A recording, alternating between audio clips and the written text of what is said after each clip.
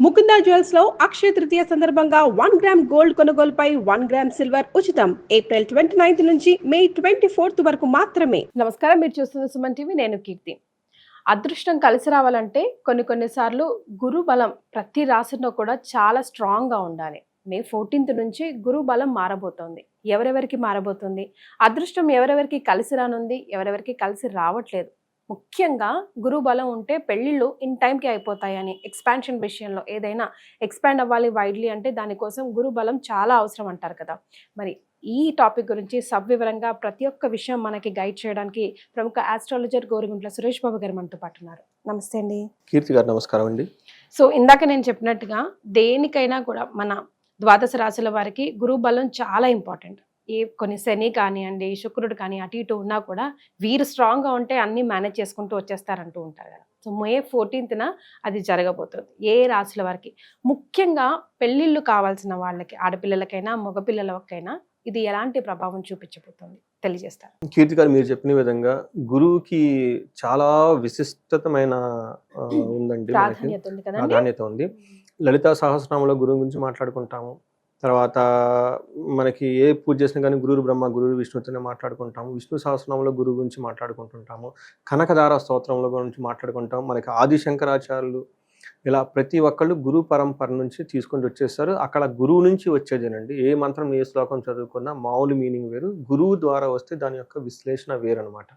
గురువు ద్వారా తెలుసుకున్నది 10 times పవర్ఫుల్గా ఉంటుంది. మామూలుగా అయితే మీరు ఒక మంత్రం చెప్పిన 1 time, బట్ గురువు ద్వారా వచ్చేస్తే దాన్ని 10 times పవర్ఫుల్గా ఉంటుంది. గురువు ద్వారా చెప్పిన దాంట్లో లెవెల్స్ ఉంటాయండి. లెవెల్ బై లెవెల్ ఉంటే మనకి 1000 times పవర్ఫుల్ అవుతుంది.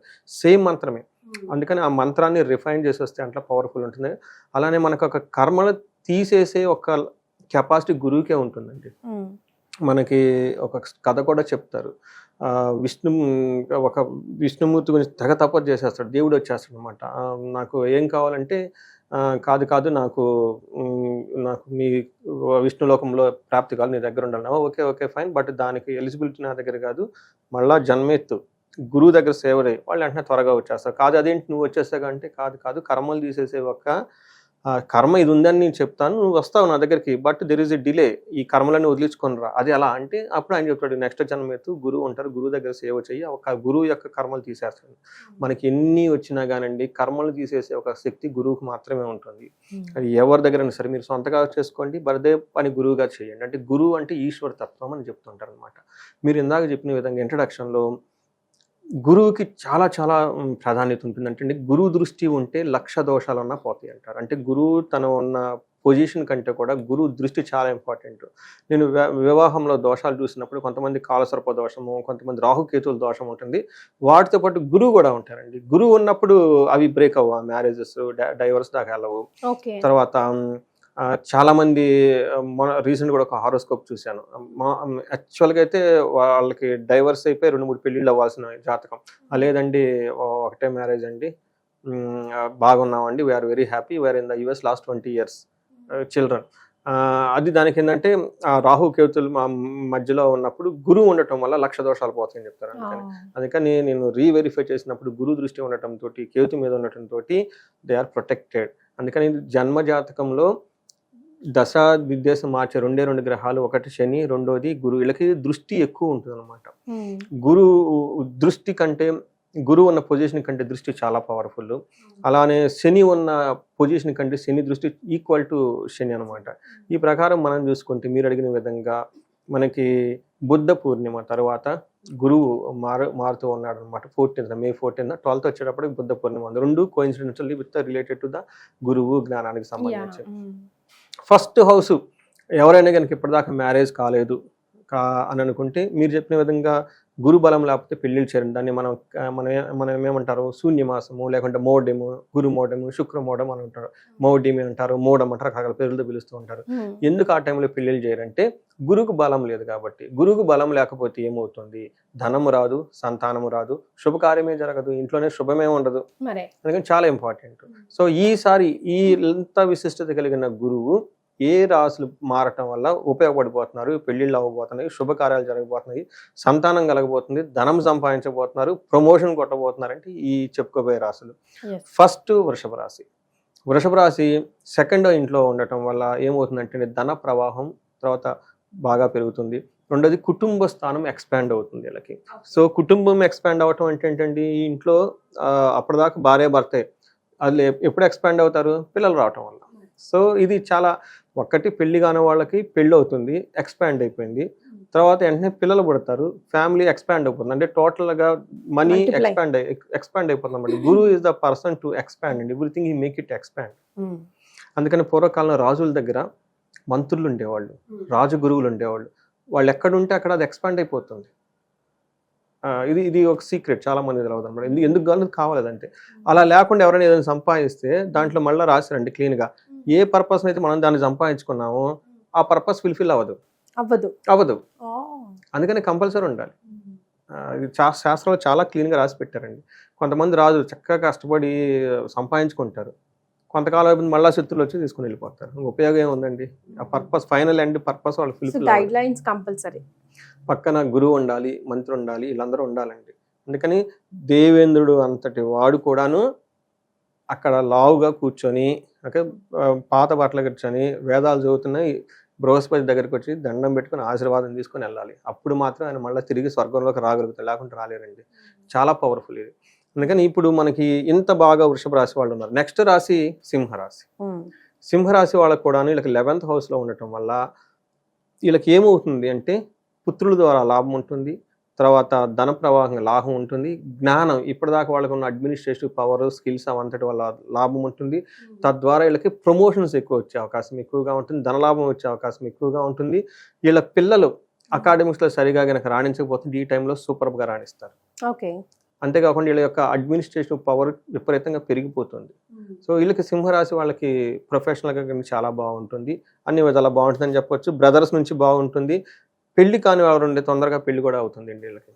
ఇది సింహరాశి వారు ఈ మంత్ లో గట్టిగా ట్రై చేయొచ్చు పెళ్లి సంబంధం. ఈ సంవత్సరం హోల్ ఇయర్ అంతా పాజిటివ్, హోల్ ఇయర్ అంతా.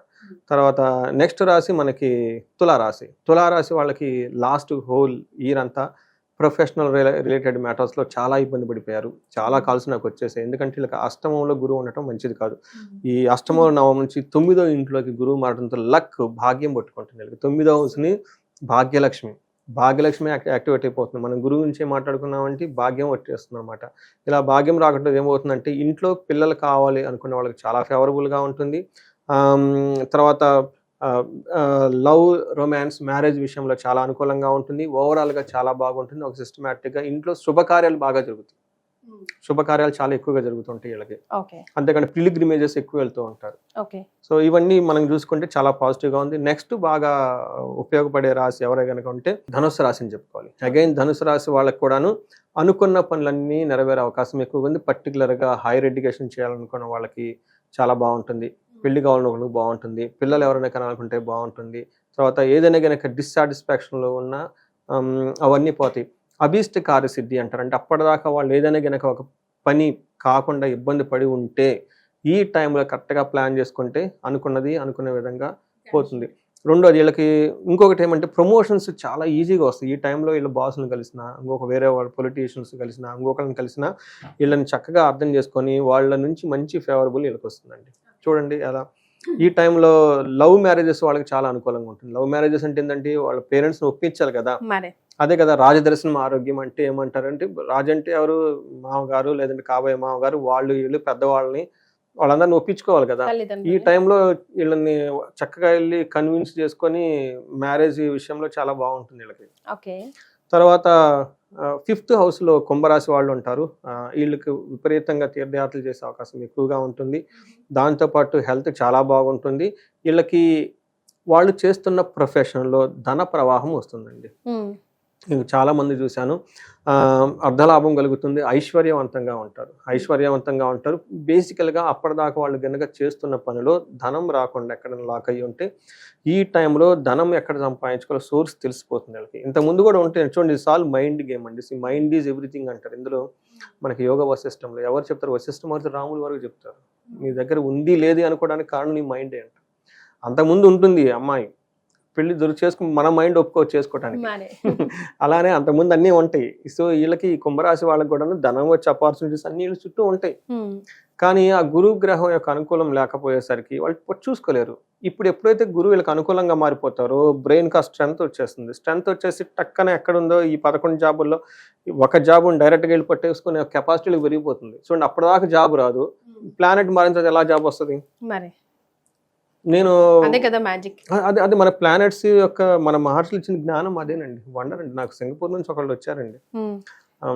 ఫస్ట్ సింగపూర్లో ఉండగానే కన్సల్టేషన్ తీసుకున్నారు. సరే పరిహారాలు రమ్మన్నారు, ఇక్కడికి వచ్చేసారు. అయిపోయిన తర్వాత నేను ఒక డేట్ చెప్పాను. ఐ థింక్ అది జనవరి ఫిబ్రవరి 10th ఖచ్చితంగా డేట్ కూడా నాకు బాగా గుర్తు. జనరల్గా మర్చిపోతాను. పాపం ఆయన మళ్ళీ ఇండియా వచ్చారు. మళ్ళీ ఇండియాలో కూర్చున్నప్పుడు మళ్ళీ ఫిబ్రవరి 10th అని చెప్పాను. ఆ తర్వాత అయిపోయింది. మళ్ళీ ఇంకోసారి ఫోన్ చేసి మళ్ళీ అడిగారు. అంటే అప్పటికి 2 సార్లు తీసుకున్నారు కదా, మళ్ళీ ఆయన బాగుండదని మళ్ళీ ఫిబ్రవరి 10th. ఏమంటే నేను ఇన్నిసార్లు అడిగినా కానీ డేట్ మార్చరు ఏంటండి? అవునా, నేను అంటే ఇన్నిసార్లు ఆ డేట్ చెప్పాను, నేను మర్చిపోయాను, ఆయన గుర్తుపెట్టుకున్నాడు. 3 సార్లు అడిగినా కానీ అదే డేట్ ఎలా చెప్తున్నారు ఏంటంటే, that is the magic of our మహర్షులు ఇచ్చిన జ్యోతిష శాస్త్రం యొక్క గొప్పతనం. అక్కడ ఉన్నప్పుడు అదే ఆన్సర్, అదే క్వశ్చన్, తర్వాత అదే చెప్పాను. మీరు నమ్ముతారు లేదా, కరెక్ట్గా 11th డేట్ ఆయన నాకు, నేను మర్చిపోతాను, చాలా కాల్స్ వస్తాయి కదండి, ఆయన దగ్గర నుంచి కాల్ వచ్చేసింది.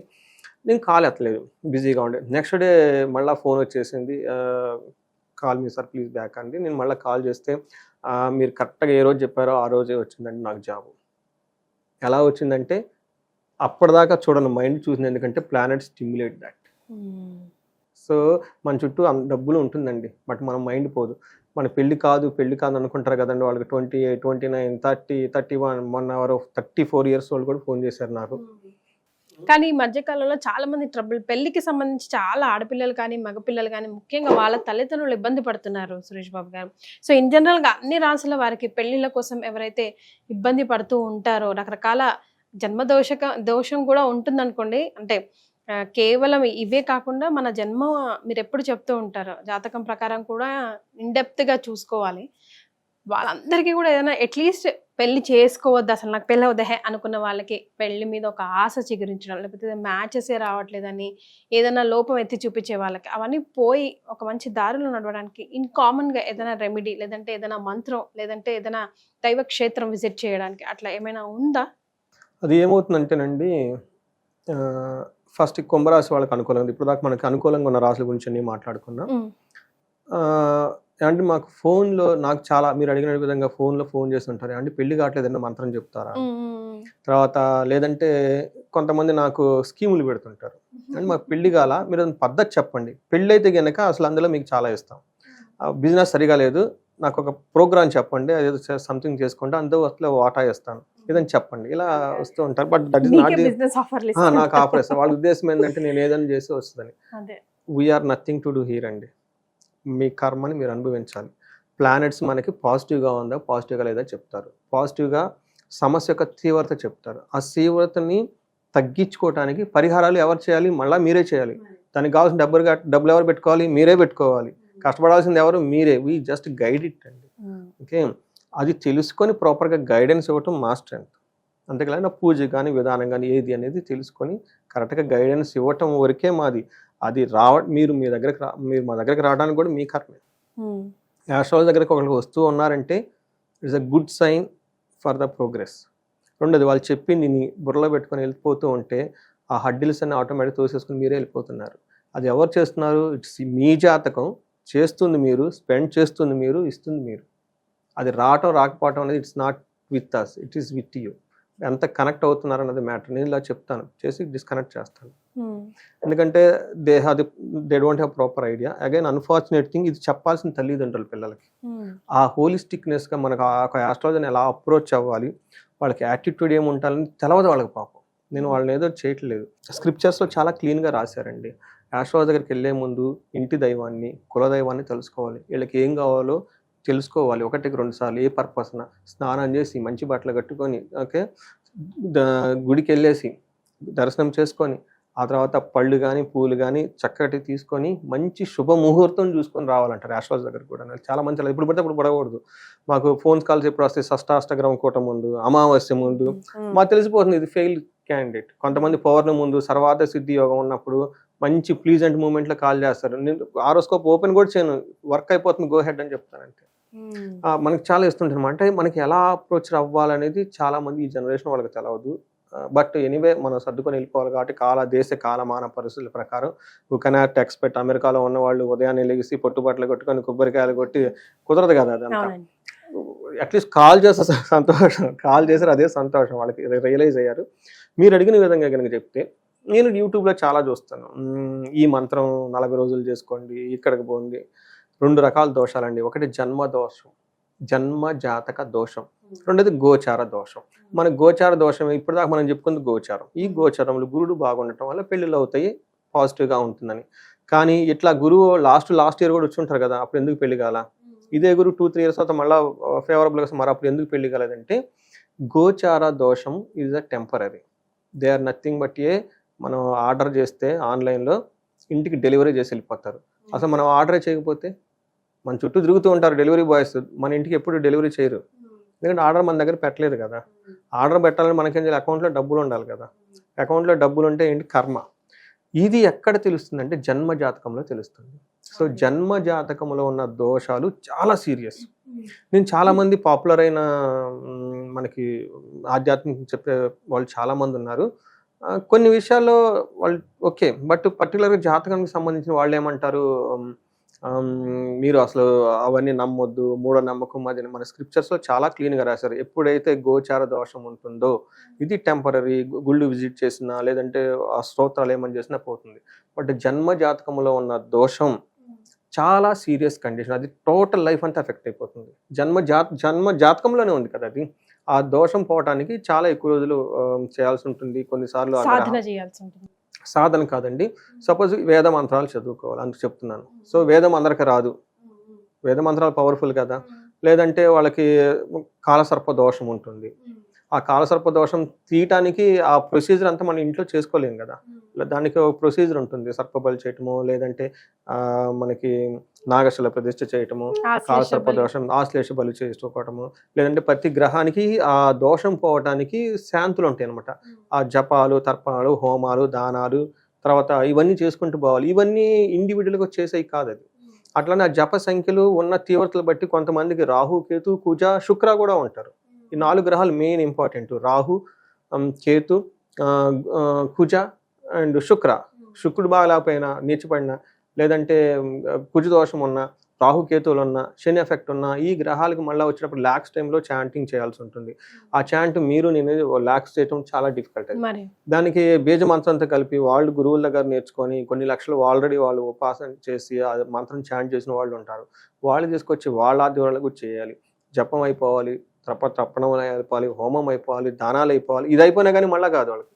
మళ్ళీ వాళ్ళకి కొన్ని పాశుపత అభిషేకాలు ఉంటాయి, వరశుద్ధి, లేదంటే అన్యోన్య దాంపత్యం, దానికి సంబంధించినవి అవన్నీ చేసుకొని ఒకసారి కాకపోతే వీలైతే ఇంకొన్నిసార్లు దోషం చాలా సీరియస్గా ఉన్నప్పుడు రిపీట్ కూడా చేయాల్సి ఉంటుంది కార్యక్రమం.